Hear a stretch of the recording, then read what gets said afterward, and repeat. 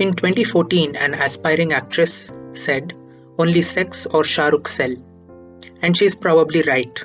There is only one man considered by many as the last great screen icon, the embodiment of a 21st century India and a one man industry capable of articulating and representing a billion people who constitute the nation. Shah Rukh Khan. The star personality of SRK is only matched by one other. In the heart of famous movies like Zanjeer, Sholay, Diwar, and Amar Akbar Anthony lies the one and only screen legend Amitabh Bachchan. These two stars served as places for locating contemporary Indian nationalism. Their respective parallel texts cross with the aspirations of a nation and even challenge the popular discourses of politics in the country. This video will look at two things.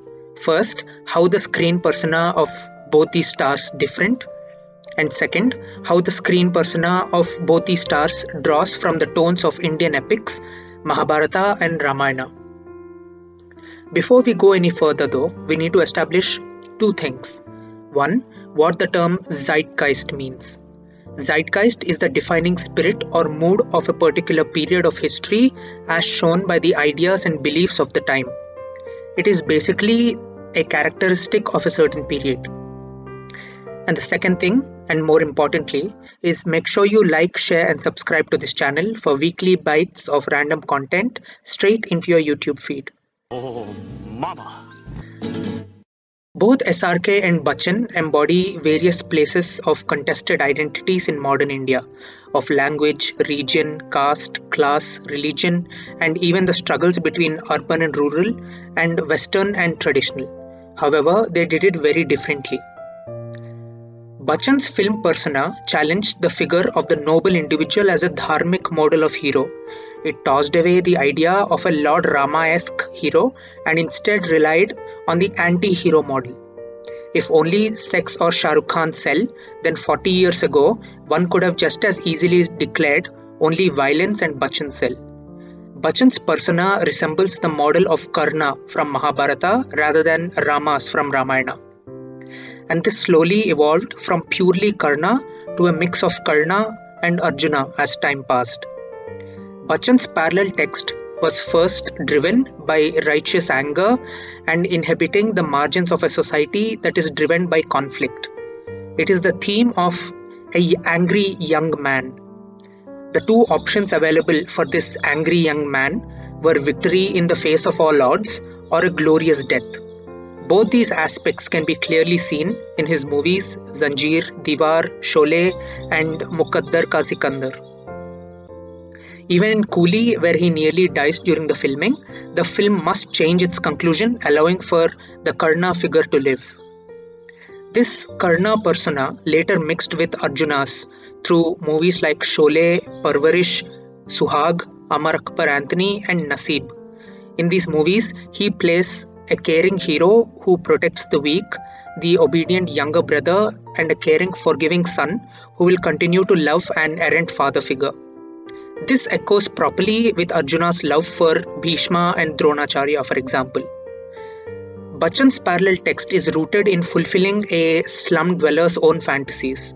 It rests on a strange combination of persona of marginalized proletariat and a privileged personal life.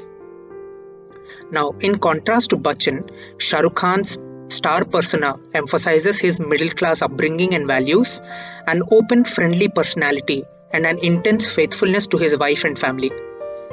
It consistently asserts a modern urban Indian identity, which is one full of sophisticated nationalism. It embodies a diverse society and is a symbol of a country that hopes to put aside internal divisions for economic development and political strength. And in doing so, it draws upon the persona of Rama from Ramayana. SRK's hero persona does not let his fists do the talking when faced with opposition or injustice.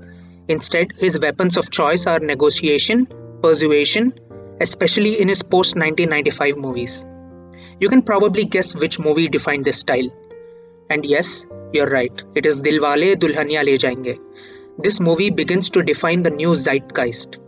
The film draws heavily on the Balakand, which is an earliest portion of the epic Ramayana. The pleasure of Dilwale Dulhania Le Jayenge like that of Balakand, lies in how the story is told and in anticipating the twists and turns in the tale until the final marriage.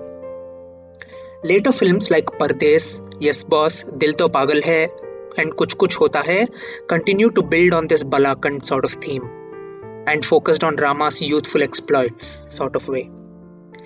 These include episodes of the hero realizing his own strength as well as finding a true mate.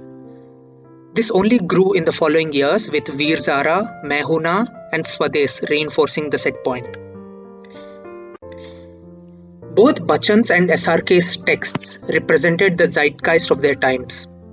In Bachchan's case, the socio-political background was this: the 1971 war with Pakistan, the first round of nuclear tests in 1974, the emergency, and the first round of non-Congress governments. Internal divisions, political instability, and economic despair coincided with the coming-of-age post-independence generation. In order to show the zeitgeist of such trying times, the Mahabharata was most appropriate meta-text. There are even overt references in titles such as Aaj Ka Arjun and Chakravyuha and so forth. Similarly, SRK's parallel text intersects with crucial political events such as Ayodhya, the 1992 Mumbai blast, the ensuing riots, the 1998 nuclear tests, and the Kargil border war with Pakistan in 1999. These events have often been linked to a generic rise of Hindu nationalism in the Indian polity. Here, there is use of Ramayana as a central subtext of Hindi cinema with a concurrent rise of Hindu nationalist movement in the country throughout the 1990s. This viewpoint is often located in the new middle class culture of Hindu nationalism, something that SRK's movies clearly show. It also shows the transition from a period of despair to that of a status quo. SRK's text, therefore, builds on his origins as a middle-class man with aspirations of economic prosperity for himself and his loved ones. Clearly, both these periods and both of their parallel texts reflect human life as a cosmic struggle in the first case and a prosperous status quo in the second case. If Bachchan's star text represents an aesthetic of mobilization, SRK's star text represents an aesthetic of stabilization.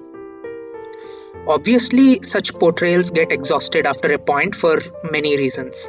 In the case of Bachchan, it was his age, the audience's frustration over violence-themed scripts, but most importantly, it comes to the failure of the movies to represent the zeitgeist of their times. The Balakand-themed movies are still ongoing. For example, the 2009 movie Billu Barbar kinda retold the Krishna Sudama story, and there is even talk of a future Mahabharata epic. Will this model too, like Bachchan's anti-hero model, come to an end in the near future? But will it end at all?